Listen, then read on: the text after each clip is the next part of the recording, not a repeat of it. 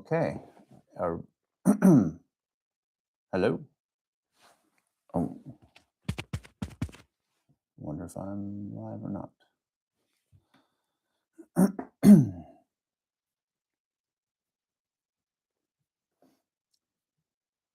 see here. Keith. Hey, Keith. Can you all hear me? You can hear me loud and clear. Oh, sweet. Awesome. Hey, nice to see everybody. Well, welcome to the very first Easecake live stream show. Today, we are going to be making a pretty straightforward cheesecake, and hopefully we'll have a little fun on top of it. The idea here is that you'll come away with a new recipe and some new skills, and you'll maybe be cleaner and faster in the kitchen and that kind of thing. So bring some professional skills into the home kitchen. So what are we making today? We're going to make a standard cheesecake with a chocolate sauce and a graham cracker crust. We could make the graham crackers ourselves, but I decided to just simply buy them this time for the sake of time. Maybe in another show, we'll do crackers. So let's get started. First thing first, preheat the oven. So we're going up to 350 degrees. 350 degrees. And while that is preheating, we're going to make our graham cracker crust. I have everything here, everything portioned out already. This is in the restaurant industry what we'd call mise en place, which is just a fancy French way of saying getting all your crap together well ahead of time. So here we go. We need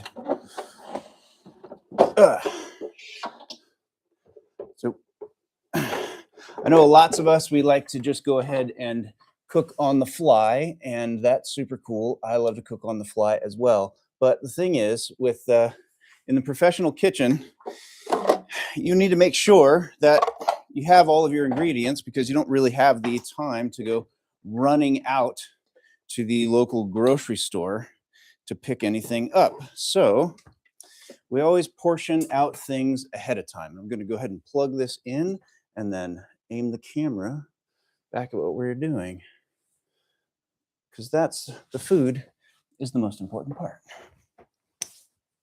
All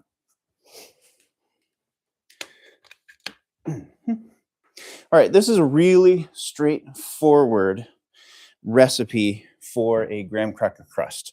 We have 11. It makes one 9-inch crust for a cheesecake, and I need a blade. Ha.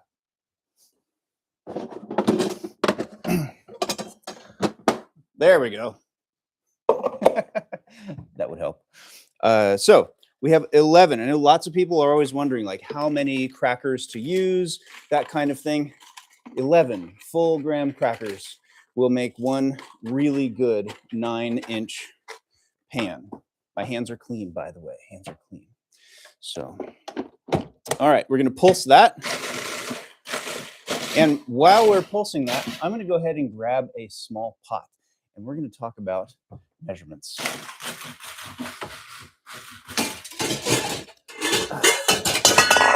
Whoops.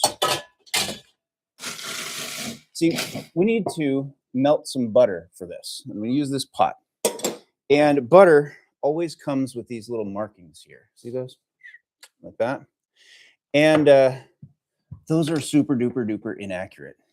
So what you'll find in the kitchen, in kitchens all over the world, is that people are using weights. And if you don't have a really good scale, you should go out and get one. This is the OXO scale. This is my favorite scale I've used in the professional kitchens for years and years and years. I have worn through only one of them, which is pretty amazing considering all the things I put it through. So what we need here is 85 grams. That's the other thing. Use the metric system. I don't want to deal with fractions, so I just use the metric system. I know, freedom units, I get it, but I don't want to deal with fractions. So what we're going to do is we're going to measure out 85 grams of the butter, because that is way more accurate than trying to measure this out in tablespoons. And that way we know how much we are really getting, and it's not mounding over the spoon or something, or maybe it's sunken into the spoon, or there's an air pocket or something like that. You just don't know. So we simply measure it out, tear the scale here, and then we're going to melt that down with some sugar and some molasses, and off we go. Just like that. Let's see here, 51, 100, a little too much, and the rest we will save for our toast in the morning. Of course, we're not going to be using 100 grams of butter for toast in the morning, but there we are. So that goes into the pot on a low heat, just trying to melt that down. Pop that in there and wash your buttery hands.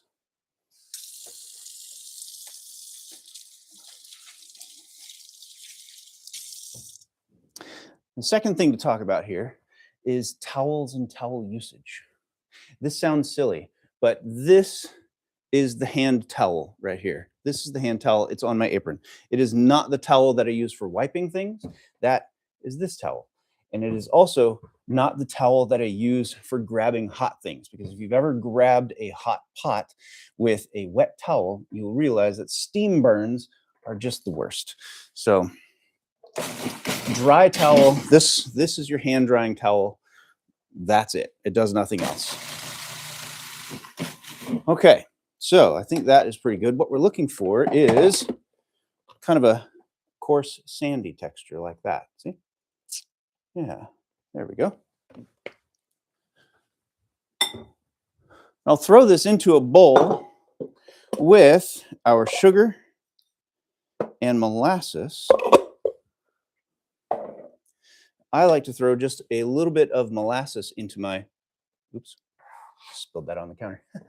I like to throw a little bit of molasses in there because molasses and sugar is how we get brown sugar. And I think sometimes the brown sugar is not quite dark enough. So I like to add a little extra.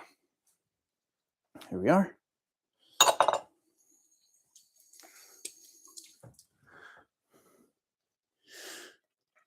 Get a little whisk action here. Do we have folks in the chat? How many folks do we have on the stream? Sorry, I can't read any of the streams. So hello, everyone. 2 people. That's awesome. That's better than nothing. Better than nothing. All right, mixing this up till we get kind of a wet sand consistency. That's the idea. And in comes our hot butter. Just like that. And I'm going to hold on to this pan because we're going to be using it for the chocolate sauce. All right, next thing. We need to prepare our springform pan. This, if you don't know, is a springform pan. It has a little latch like this. And when you flip it, the bottom falls out, just like that. The idea is that you can pop that latch and your cake comes out on the bottom. Now, the problem is a springform pan leaks. We have a solution for that. But in the meantime, I'm going to put a little bit of parchment paper on the bottom of this, and there's a little trick to getting the parchment paper out. This is pretty silly. Something that I learned just recently, because I had been fighting with the parchment paper bag, or the parchment paper canister here, box, for a really, really long time. I think we've all been in that situation where we're grabbing the parchment paper out and we're smashing the whole thing. But if you flip this around, so it goes this way, like that, tuck this little lip behind it, and look, just perfect and super easy. Mind blown.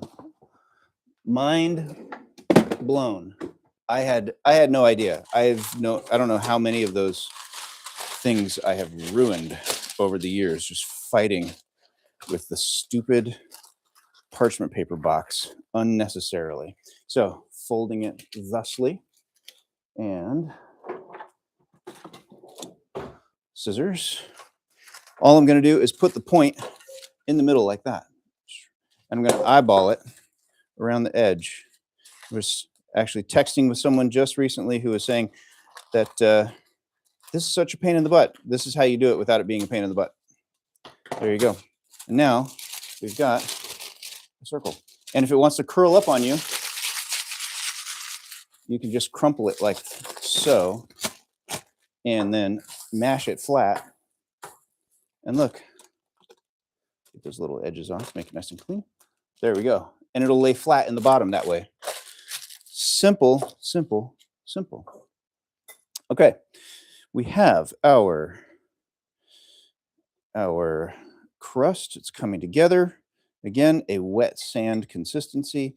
And lots of folks mash this down with something flat like the bottom of a cup measuring cup, or the bottom of a coffee cup or something like that. I'm going to be using a fork. And I have a theory here. I'm testing this theory, is that if you use the bottom of a fork, then you end up with a texture on the top, and it'll allow the batter to adhere to the bottom of the cheesecake so the two don't separate. At least that's the theory. So we're going to test that out at the end, because I have a cheesecake that I made earlier just to see if it works. My thinking is if you mash it down with the bottom of something like a coffee cup, then it gets too flat and too smooth. And then the two never really adhere to one another. So I'm just going to leave this sort of loose on purpose and allow the stuff to press through the tines of the fork. Might even use my knuckles a little bit and press it down like so. There we go. And we end up with something that has a bit more texture and a bit more life. And hopefully, like I said, they will glue together. There we go. And I'm going to tilt the camera down so you can see what I'm talking about. Like this. Like that. See? Just coming across, pressing into the corners, trying to mash it up into the corners best I can. It doesn't have to be perfect, because we are cooking at home. We're not cooking in the restaurant today. We're just cooking at home. Now, while that goes into the oven at 350 degrees for the next 10 minutes, we're going to work on the chocolate sauce. But first, we need to clean up our mess. In the oven we go. Oop, I have the previous one still in here. Let's go ahead and pop it out. This is the previous water bath, and we will talk about this a little later. For the moment, in you go. Set a timer for 10 minutes. Hey Siri, set a timer for 10 minutes. Beautiful. All right. And now, clean up our mess.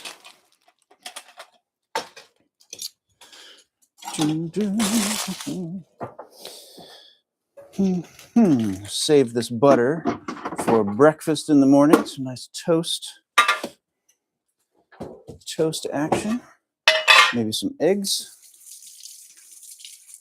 And now we will get to work on our chocolate sauce, which is very, very easy to make. Chocolate sauce. There we go. All right. So here's how this goes. Chocolate and water typically don't get along very well, because it is really like bringing together oil and water, and that's no fun. But we're going to force it to come together using a little bit of muscle. Let's first get our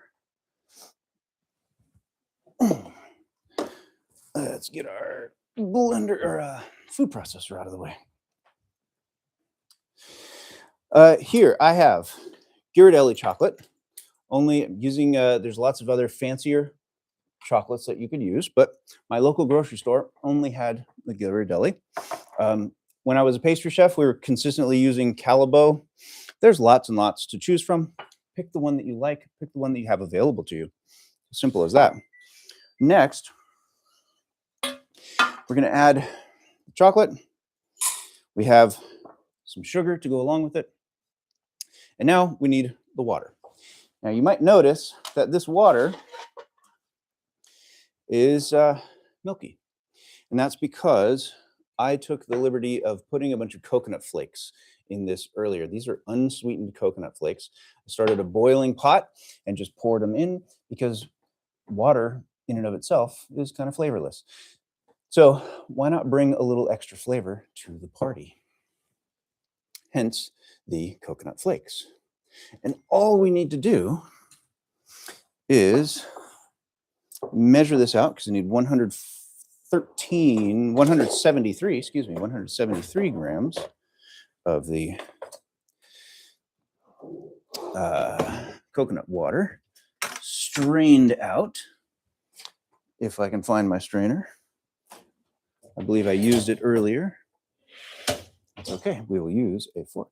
We will improvise, as we often have to do in the restaurant, in a restaurant kitchen. So we need 173 grams of our lovely coconut water. And then all we need to do is bring it to a boil for about a minute. And that is it. And by bringing it to a boil for roughly a minute, we will change the sugar from a disaccharide into a monosaccharide, letting it become more saucy and sugary, and it will not recrystallize. We'll actually break it down so it won't recrystallize into a solid, and that's not what we want. We want a nice coconut tasting chocolate sauce. Simple as that. More cleaning. So, and then the very last thing that we need to do, once the crust is done, all we need to do is grab the batter, pour it all together, and throw it in and test it all out. And just so you can see, we can get a coconut cheesecake, or excuse me, a cheesecake with a coconut chocolate sauce done in less than an hour. Let's see if we have any folks in the chat here saying hello. Who do we have? Jennifer Darling, of course. There's 4 people in the chat. Nice. Hey there. Jennifer Darling, USA is here. And Cousin Elizabeth. Cousin Elizabeth is here. Hi, Cousin Elizabeth. And Keith. It's nice to see you all. Very cool. Very cool. So here we are. The one thing I want to talk about here is to just be careful. I took my eyes off the ball for a moment. Just going to bring this to a boil. I don't want this chocolate to burn. If you've ever had the flavor of burnt chocolate, it's pretty terrible. So definitely don't want that. So I'm going to just bring this to a boil, but also let's not take our eyes off of it, or at least not too much. Coming together, it looks like. Beautiful, beautiful.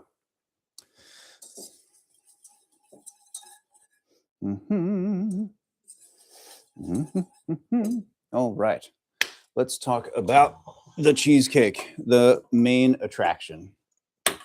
We have here a host of ingredients. We have, of course, our cream cheese. This is the finest Kirkland brand offered by Costco. Sugar, lemon. We're going to have the zest of a lemon, cornstarch, some salt, and of course some vanilla paste. Here's a fun trick. Whenever you have powdered ingredients, throw the powdered ingredients into your granulated ingredients. So that way, the granulated ingredients will distribute the powder evenly and you don't get lumps. That's one thing. There's nothing worse than, well, there's lots of things worse than lumpy cornstarch, I could think, but it is not a good thing. So we don't want lumpy cornstarch. So I'm going to throw that in there with the salt. Mix that around because you can throw all your granulated ingredients in together. Just get it to distribute evenly. We're going to throw in also the vanilla, just like that. Okay. Zest of a lemon, throw that in. Beautiful, beautiful lemon here. It is citrus season. Oop. Turn that off. And all right, the chocolate sauce I'm turning off, and we're going to come back to that momentarily. Now, again, like I said, you can put whatever flavors you want in there. So if you were to substitute like half of that water for maybe espresso, that would be pretty darn good. Or maybe even just throw in a little bit of freeze-dried coffee, a little camp coffee in there. Just give it a little zing, a little kick. That's it. All right. Just distribute that around a little bit. So that way it's not lumpy. And we'll get around to the fun part, actually making the cheesecake. Where did my paddle go? Here's my paddle. Beauty. Letting that chocolate sort of cool. We're going to throw this cheese all in there at once and throw it in on a low speed to let it cream. We do not want lumps in our cheesecake. We don't want lumpy cream cheese. We want it to be nice and smooth. Once you get it going, if there's lumps in there, you will simply never get them out. Believe me, I know this because I once made the mistake of serving a lumpy cheesecake at the restaurant, and it was not good. I took a lot of crap for it, took a lot of heat for doing that. So I've never made that mistake again. I thought, oh, come on. Those lumps will come out. They'll melt out. No. It just hardened. When we sliced into the cheesecake, it was like, when we sliced into the cheesecake, it looked like a salami. There's like pockets of fat that are in a salami. It was pockets of unmelted, unincorporated cream cheese. I mean, it tasted fine, but it looked like garbage.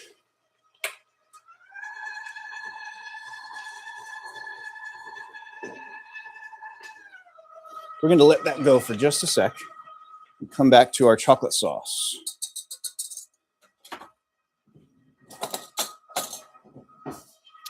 Here's what we're looking for. Look at this. Look at that. See how it coats the back of the spoon? That is beautiful, and it tastes wonderfully coconutty. That is awesome. We're going to set that aside to be used for later, and I'm going to wash my hands. Because yes, I just licked my finger on camera, which is okay to do as long as you wash your hands. Oh, there's 10 minutes. Beautiful. 10 minutes. And now our crust comes out. It's beautiful. It's only 350 degrees, not too bad. There we are. See that? And see how it has a bit of a texture to it. So that will hopefully allow the batter to glue to the bottom. All right, let's bring you over here a little closer. A little closer. Hopefully get you seeing the inside. What you notice here is that it's coming up all around the top. We don't want that. What we want to do is to knock all of that down so that way we don't end up with any lumps. I want this all to be nice and smooth. And one of the things I love about this particular paddle is that this paddle has a hole in the center. Unlike the paddle that comes standard which does have a hole, but it has all of this mess in the way and you can't really scrape on the inside. The benefit of this guy, look at this, you can just scrape off your spatula right on the inside of that sucker and clean off your spatula. That's why I prefer this to any other paddle. Okay, now we're going to add our sugar. Just going to add that slowly. We're getting a little cornstarch smoke action, like it's a disco in here, a cornstarch disco. Beautiful. We'll let that come around. I'm going to set that aside, and we are going to deal with the eggs. This is the next part. So I did a little earlier. So this is my egg white quarantine. We're going to have 5 whole eggs and 4 yolks. And this is the egg white quarantine. Again, don't throw these away. That's breakfast. So here we are.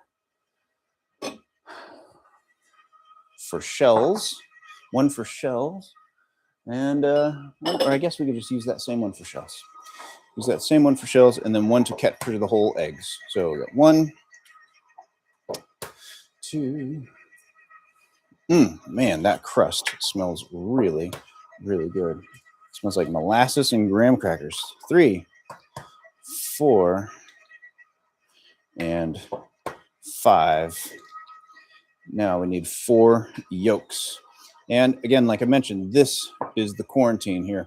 If I were using this for a meringue, I would actually have another bowl here because you don't want to have any yolk end up in your whites for a meringue because you won't be able to whip your meringue with yolk in it because yolk is primarily fat and that lubricates the protein strands in the egg white, and it makes it really, really hard, if not impossible, to whip together a meringue successfully. It's also because why it makes it nearly impossible to whip a meringue in a plastic bowl, because plastic is made of what? Oil, which is molecularly very, very close to the kind of fat we would eat, which lubricates the whites such that you can't make a meringue. So that's why some pastry chefs get fussy about what kind of bowls they use. I'm only a little fussy about it. So we'll put these away for breakfast, along with our butter. I have toast and a whole mess of eggs. Here we go. Now, what I'm going to do is incorporate these guys nice and slow. So we get the camera in here. And I'm doing that not because slowly, really for 2 reasons. 1, insurance. I want to make sure that they incorporate evenly. And let's go ahead and knock it down one more time. And the other thing is splatter. If we just dump them in all at once, this is just going to become a big splattery mess, and we don't want that. So we're going to go one at a time, let it incorporate or start to incorporate. You don't have to wait for it to get fully incorporated. A lot of recipes will tell you to do that. You don't actually have to wait for full incorporation. You can get close. And here we go. Adding them in. Each little egg as it goes. And you see how it's kind of breaking up, but soon it'll start to just come together into a single smooth mass. And then you can kind of kick up the speed just a little bit. There we go. And the last little bit. I'm going to kick it back down and let it run. Now, the very last thing before cleaning up and eating our cheesecake or baking our cheesecake is a little bit of milk and cream. And again, just pouring it in slow because splatter. You don't want to splatter. All right, set this all aside.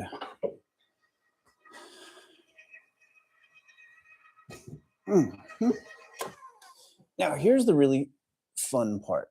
This is where we actually get the magic happens. So this pan has been, lost my thing here. This pan has been in the oven, and this was from the cheesecake that I made earlier, and I kept this to illustrate a point. I put the springform pan in here earlier, and the springform pan actually leaked some of the batter out.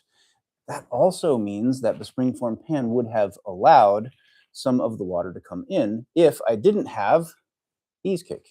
This is our solution to keeping the water out of your springform pan, guaranteed every single time. I'm gonna get another one of these because this one's dirty. Be right back.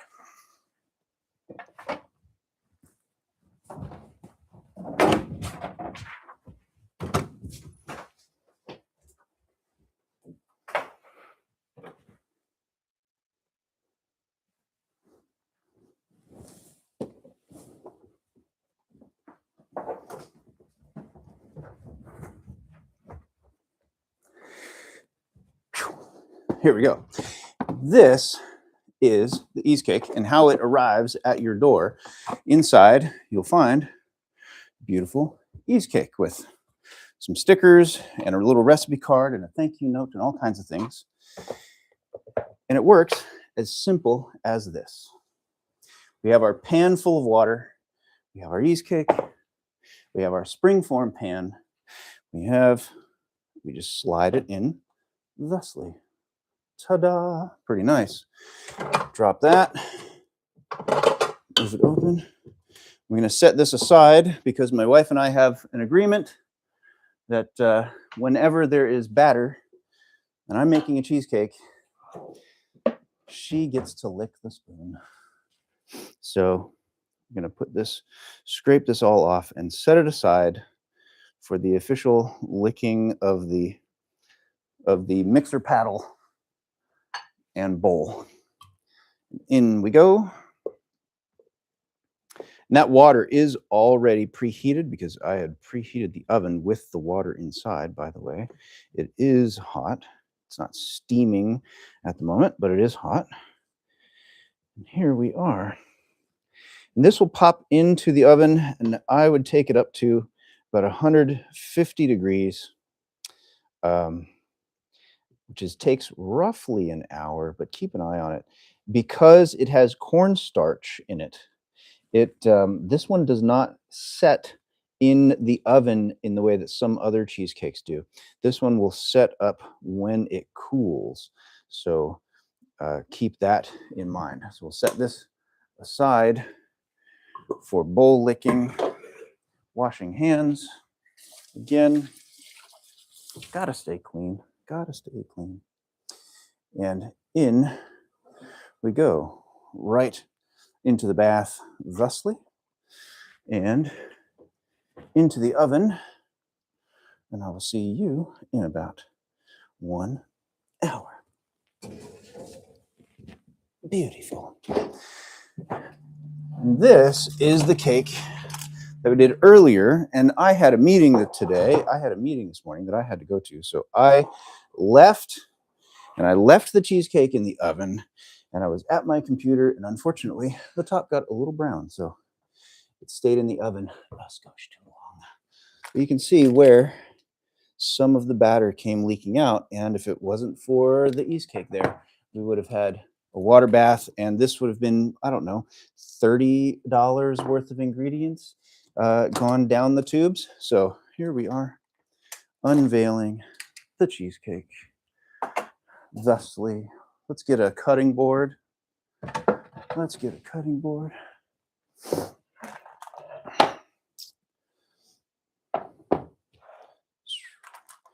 Beautiful. Coming off around the side. I know I did not parchment the outside of that one that I just threw in the oven. So believe me, I am aware. But it's okay. It will be okay. Here we are at the end of our little adventure, end of our little cheesecake adventure. We have a plate. I'm going to cut into this guy and drizzle some chocolate over top. Let's use this knife. And if you'd like, at a later date, we can talk about plating techniques and doing things with sauces, doing fun things with sauces. But for the moment, I'm just going to slather it on, kind of basic like. Caught on the parchment. There we go. Getting under the parchment. Beautiful. There we are. And just gonna slather on. Oop, the spoon fell in.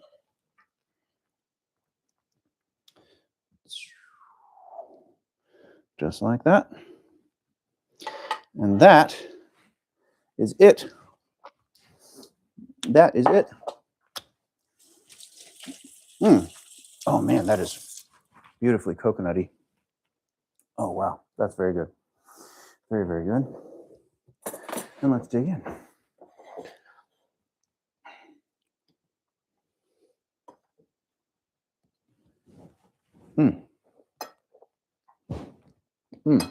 Excuse me. The crust is super crisp. Oh, it's actually got a snap to it. The crust has a snap to it because it was fairly dry, let's say, and that's what you want in a cheesecake, right? You want to bite into something and have it be a snappy crust. Like, actually, look. Oh man, let's see if we can listen to that. See if you can hear it over the mic. It's actually, I don't know if you can hear that, but it is audibly snapping, which is really, really what you want when you cut into a cheesecake. Beautiful. Okay. Set this aside and see if there's any comments or any questions. Hello, everybody. Beautiful packaging. Yes, I do believe it is some beautiful packaging. I believe you had a hand in that. Oh, you did hear it? Oh, nice. Very, very cool. All right. Well, I'm going to go ahead and end the stream and ask for my beautiful wife to come out here and share a piece of cheesecake with me and lick the bowl. So I hope you all have a wonderful evening. And if you want to check us out, you go to easecake.shop or follow us at Easecake on TikTok and all the other socials and things. And we have updates on the business and recipes and all that. And check the description of this video for all the recipes I used today. All right. I will talk to you soon. See you next time.